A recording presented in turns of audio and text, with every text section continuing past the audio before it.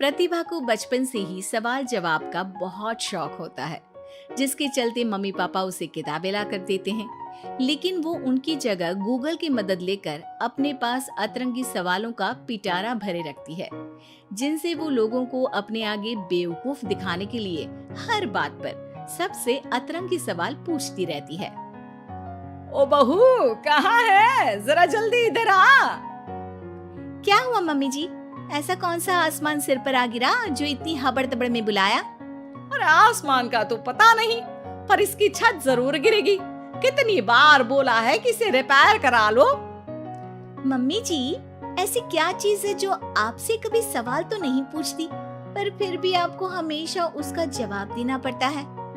हे भगवान, यहाँ घर गिरने को आया और इसे केबीसी खेलना है। अरे तू अपने सवालों का टोकरा अपने पास ही रख, मेरा बेटा करा देगा।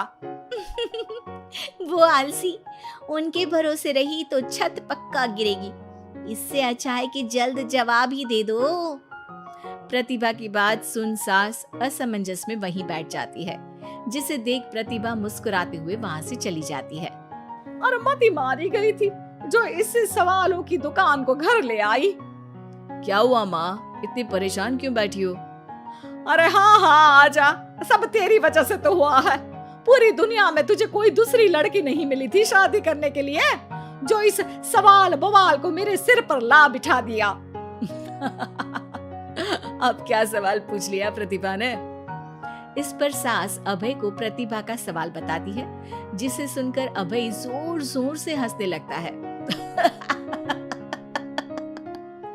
अरे माँ, प्रतिभा के पास जाओ और बोलो उसका जवाब है मोबाइल फोन, जो हमसे कोई सवाल नहीं पूछता, लेकिन हमें हमेशा उसके बजने पर जवाब देना ही पड़ता है। ओ हाँ हाँ, चल अब दफा हो, आलसी कहीं का। इस पर अभय के वहां से जाते ही सास प्रतिभा के पास जाकर उसे जवाब दे देती है, जिसे सुन प्रतिभा हैरान रह जाती है, लेकिन अपनी बात के चलते छत की रिपेयरिंग का काम करा देती है। मेरे सवाल का जवाब इतनी जल्दी देना मम्मी जी के बस की तो बात है नहीं। कोई मुझे इतनी जल्दी हरा दे ये कभी नहीं हुआ, और ना ही मैं होने दूंगी। अब देखो। इसके बाद तो जैसे बात प्रतिभा के अभिमान की हो जाती है, जिसमें वो सास से बदला लेने का मौका ढूंढने में जुट जाती है। एक दिन, आज ना हमें पड़ोस वाले शर्मा जी के घर डिनर पर जाना है, तो अपने सवालों को घर पर ही छोड़कर जाना, समझी? सास की बात का कोई जवाब दिए बिना प्रतिभा वहां से चली जाती है, और रात को शर्मा जी के घर पहुंचते ही उनके बच्चे के साथ खेल खेलने के बहाने अपने सवालों की गाड़ी शुरू कर देती है। पापा, आंटी बहुत सवाल करती है, मुझे उनके साथ नहीं खेलना। अरे ना ना बच्चा, आंटी आपकी नॉलेज के लिए ही तो पूछ रही होंगी ना। अच्छा तो बताओ, एक लड़की 50 फुट की सीढ़ी से गिरी, फिर भी उसे चोट नहीं लगी, क्यों? बच्चे की बात सुनकर शर्मा जी सिर खुजाते बैठ जाते हैं। अब अरे बच्चा, जाओ खिलौने से खेलो, जाओ जाओ। क्यों शर्मा जी, जवाब नहीं पता तो बच्चे को भेज रहे हैं? अरे आप सब भी क्या सवाल जवाब में लग गए, डिनर करते हैं ना। अब तो जवाब सुनकर ही खाना खाऊंगी।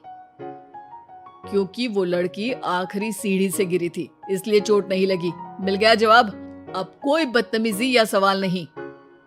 अच्छा, तो आज तक मम्मी जी को भी सारे जवाब आप ही बताते थे? क्यों, तुम्हारे अहंकार को ठेस पहुंची कि कोई तुमसे तेज कैसे हो सकता है? ओहो, इतना कॉन्फिडेंस। तो बताओ, एक साल में कितने सेकंड्स होते हैं? 12, 2 जनवरी, 2 फरवरी एंड कंटिन्यूड। ज्यादा तेज हो। अच्छा, ऐसी क्या चीज है जिसे तुम छुए बिना पकड़ सकते हो? बात। 2 माँ और 2 बेटी पिज्जा खाने गई, सबने एक एक स्लाइस खाया, फिर भी सिर्फ 3 स्लाइस ही खा पाए। कैसे? क्योंकि उनमें एक ग्रैंडमदर है, फिर उनकी बेटी यानी कि मदर, और फिर उनकी बेटी। हो गई 2 माँ और 2 बेटी। मिल गए 3 स्लाइड का हिसाब। अरे कभी तो अपनी गूगल की दुनिया से बाहर निकलो। अपने आप को अगर इतना ही तेज समझती हो तो अब तुम मेरे सवालों का जवाब दो। कौन सा फूल सबसे अच्छा है? किसका दूध दुनिया में सबसे ज्यादा अच्छा है? कौन सी मिठास सबसे अच्छी है? अभय के सवाल सुन प्रतिभा असमंजस में पड़ चुपचाप बैठ जाती है, जिसे देख सब हैरान रह जाते हैं। प्रतिभा के पास सवाल का जवाब नहीं, ये चमत्कार कैसे हो गया? अरे कभी गूगल छोड़कर ढंग की किताबें पढ़ी होती तो पता होता।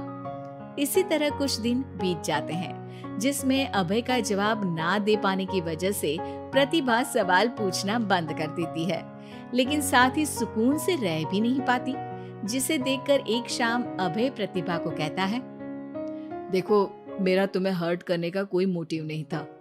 बस समझाना था कि अगर तुम्हारे पास कोई टैलेंट है तो उससे लोगों को नीचा दिखाने की जगह उन्हें सीखने में या मदद करने में इस्तेमाल करो। ज्ञान नहीं, जवाब दो। सबसे अच्छा फूल कॉटन का है, क्योंकि उससे हमें कपड़े पहनने को मिलते हैं। सबसे अच्छा दूध माँ का है, क्योंकि उसकी वजह से एक बच्चा स्वस्थ और तंदुरुस्त रहता है। और सबसे अच्छी मिठास तुम्हारी जुबान में होती है। अगर जुबान से अच्छा बोलोगे तभी तो लोगों से जुड़ पाओगे, उनके मन और जीवन में घर कर पाओगे। अभी भी ज्ञान ही दिया, लेकिन ऐसा जो मेरे पास नहीं था। सॉरी, मुझे कभी समझ में ही नहीं आया कि मैं कितना गलत कर रही हूँ, और ना ही किसी ने समझाया। पर अब वादा करती हूँ, गूगल से ज्यादा किताबों में समय लगाऊंगी, और जो भी सीखूंगी उससे शो ऑफ नहीं करूंगी, लोगों की हेल्प